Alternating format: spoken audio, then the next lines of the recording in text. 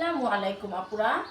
তো আজকে আমি সপ্তাহের বাজারগুলো করেছি, কিছু সবজি এনেছি, মাছ মাংসের বাজারটা করেছি। এখানে আমি এখন মাছটা কেটে নিচ্ছি।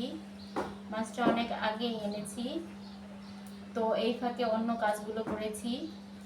মাছটা তাড়াতাড়ি করে না কাটলে নরম হয়ে যাবে, এজন্য আমি খুব সুন্দর করে মাছটা কেটে নিচ্ছি। সপ্তাহের বাজার আমরা সপ্তাহে করে থাকি।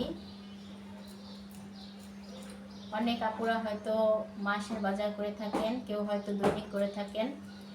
তো কোন আপুরা তাদের বাসায় কিভাবে বাজার করে থাকেন অবশ্যই কমেন্ট সেকশনে আমাকে জানাবেন।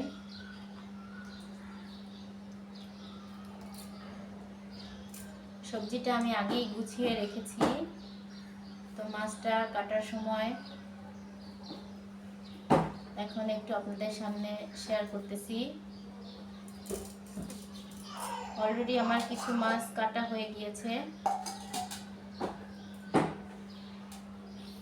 আজকে যেহেতু মাছ মাংসের বাজারটা গুছগাছ করে রাখবো, তো আজকে অন্যান্য কাজে ভীষণ লেট হয়ে যাবে।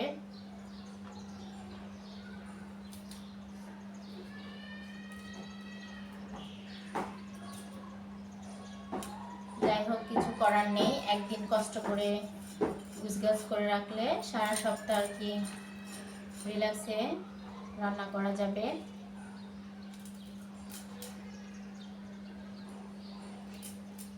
এখানে আমি 3 টাইপের মাছ এনেছি, কই মাছ, পোয়া মাছ, আর এটা হচ্ছে চান্দনা টাইপের না কি বলে মাছ, নামও জানি না, নাকি চাপিলা মাছ,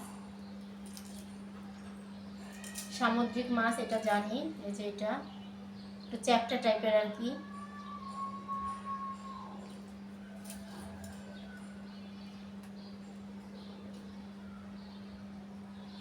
যাই হোক, আস্তে আস্তে করে সব মাছটাই আমি কুটে ফেলবো।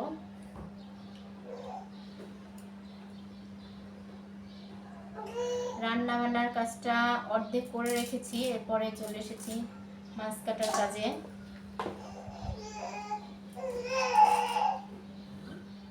ওইদিকে বাবু তো অনেক জ্বালাচ্ছে, কান্নাকাটি করছে, সেই ফাঁকে ফাঁকে আমি মাছটা কাটতেছি। যাদের বাসায় অনেক ছোট বেবি আছে তাদের তো সারাদিন কাজ করতে ভীষণ কষ্ট হয়, আমার যা মনে হয়। আমার তো কষ্ট হয়ে যায়, যেহেতু একা হাতে বাচ্চা পালি ঢাকা শহরে। বাবুর দাদি নানিরা গ্রামের বাড়িতে থাকে। তো আমার বাবুর বাবা যখন অফিসে চলে যায় তখন আমার অনেক কষ্ট হয়ে যায়। ও আমার কোল ছাড়া একদমই থাকবে না, আর অনেকটা কান্নাকাটি করে। ছোট থেকেই কান্নাকাটি করতো, কলিক বেবি।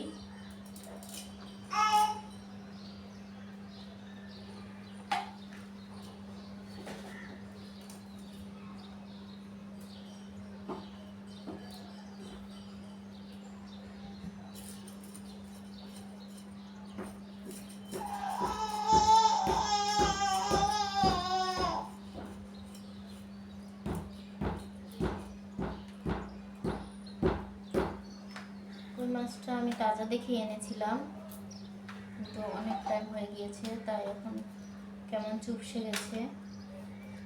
এটা এখন একটু নাড়া দেয়, কিন্তু এগুলি চুপসে গিয়েছে।